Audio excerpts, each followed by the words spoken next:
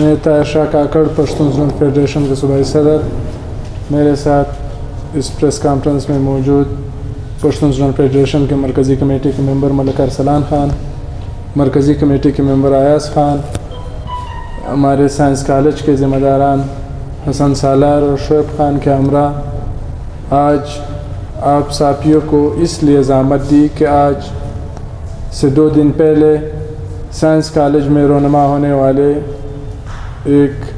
انتہائی قابل مذمت واقعے کی تفصیلات سے آپ کو آگاہ کریں. ہم آپ کے بیعت مشکور و ممنون ہیں کہ آپ ہمیشہ کی طرح آج طلباء کی آواز کو، طلباء کی آئینی حق، جمہوری حقوق اور ان کی پامالی کے خلاف اٹھنے والے اقدامات کی آپ لوگ میڈیا کے ذریعے نشاندہی کر کے عوام تک صحیح معلومات کی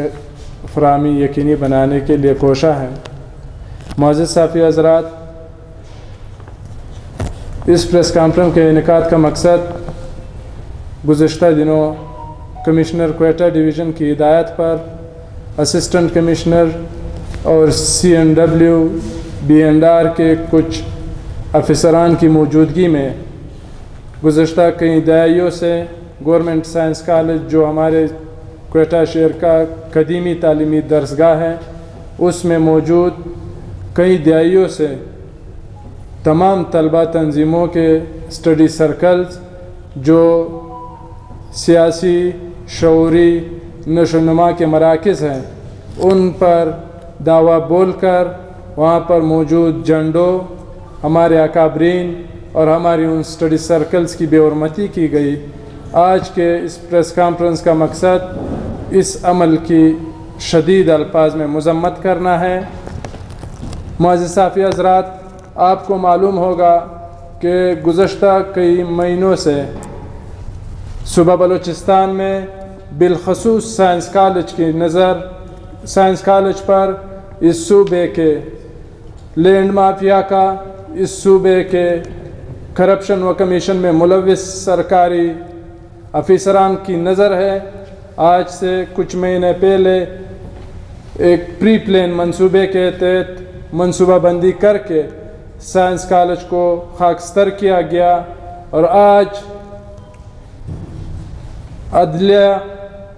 عدالت عالیہ کے ایک ججمنٹ کو جواز بنا کر تعلیمی اداروں میں سیاست پر پابندی کا جو آمرانہ سوچ ہے، جو تعلیمی اداروں میں منشیات فروشی کو فروغ دینے اور جو تعلیمی اداروں میں ملٹرائزیشن کو مضبوط کرنے کی ایک ریاستی پالیسی ہے، اس کو تقویت دینے کی ایک کڑی ہم سمجھتے ہیں. معزز صحافی حضرات، بلوچستان ہائی کورٹ کا ایک کیس میں ایک جج کا ریمارکس کا حوالہ دے کر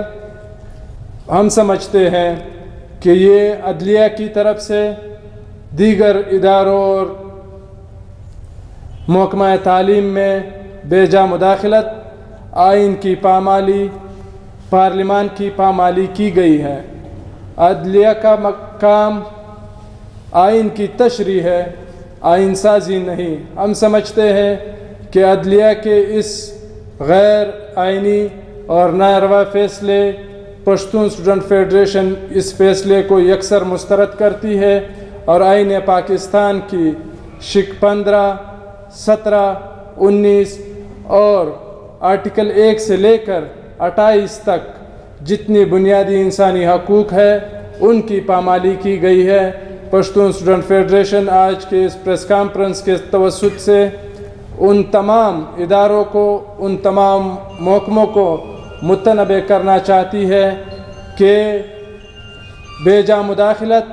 اور اپنے اختیارات سے تجاوز اس صوبے کے اور اس ملک اس طرح کے حالات کا مزید متحمل نہیں ہو سکتا. ہم سمجھتے ہیں کہ ڈسٹرکٹ ایڈمنسٹریشن کا یہ عمل اس صوبے میں پرامن سیاسی ماحول کو انتشار میں بدلنے کی ایک ناکام کوشش ہے. پشتون اسٹوڈنٹ فیڈریشن تعلیمی اداروں میں کسی بھی جرنیل، کسی بھی بیوروکریٹس کسی جج کو یہ اختیار نہیں دیتی کہ وہ تعلیمی اداروں میں اس طرح بے جا مداخلت کر کے تعلیمی اداروں کے پرامن ماحول کو انتشار میں بدلنے کی کوشش کرے۔ آپ صافی حضرات کو اس بات کا بخوبی اندازہ ہے کہ آج سے کئی دہائیاں قبل ایک عامر ضیاء نے طلبہ سیاست پر قدغن لگانے کی ناکام کوشش کی۔ آج پاکستان میں ضیاء کا نام و نشان تک نہیں، لیکن طلبہ سیاست اپنے عروج پر آج بھی طلبہ تنظیمیں اسٹوڈنٹس کے حقوق کے لیے، بنیادی انسانی حقوق کے لیے آج بھی سرگرم عمل ہے۔ ہم کمشنر و ڈپٹی کمشنر، ضلع انتظامیہ، کالج انتظامیہ پر یہ واضح کرتی ہے کہ پشتون اسٹوڈنٹ فیڈریشن کسی صورت بھی تعلیمی اداروں کو منشیات فروشی کے اڈوں اور چاونیوں کی شکل میں تبدیل کرنے کی کسی صورت بھی اجازت نہیں دے گی۔ اس کے لیے تعلیمی اداروں میں پرامن ماحول، طلبہ کی حقوق، طلبہ کی حفاظت کے لیے پشتون اسٹوڈنٹ فیڈریشن کسی قربانی سے دریغ نہیں کرے گی۔ آج کے اس پریس کانفرنس کا بنیادی مقصد آپ حضرات کے سامنے اس واقعے کے حقائق سامنے لانا تھی، اور اس میں ہم سمجھتے ہیں کالج انتظامیہ کے ساتھ ساتھ ضلع انتظامیہ اور ضلع انتظامیہ کے ساتھ ساتھ عدلیہ عدالت عالیہ کا جو نوٹیفیکیشن ہے، ہم سریعاً اس کی آئین کی منافی سمجھتے ہیں، اور ہم اس کو اختیارات سے تجاوز اور دوسرے محکموں اور اداروں کا ایک دوسرے کے اختیارات میں عمل دخل سمجھتے ہیں۔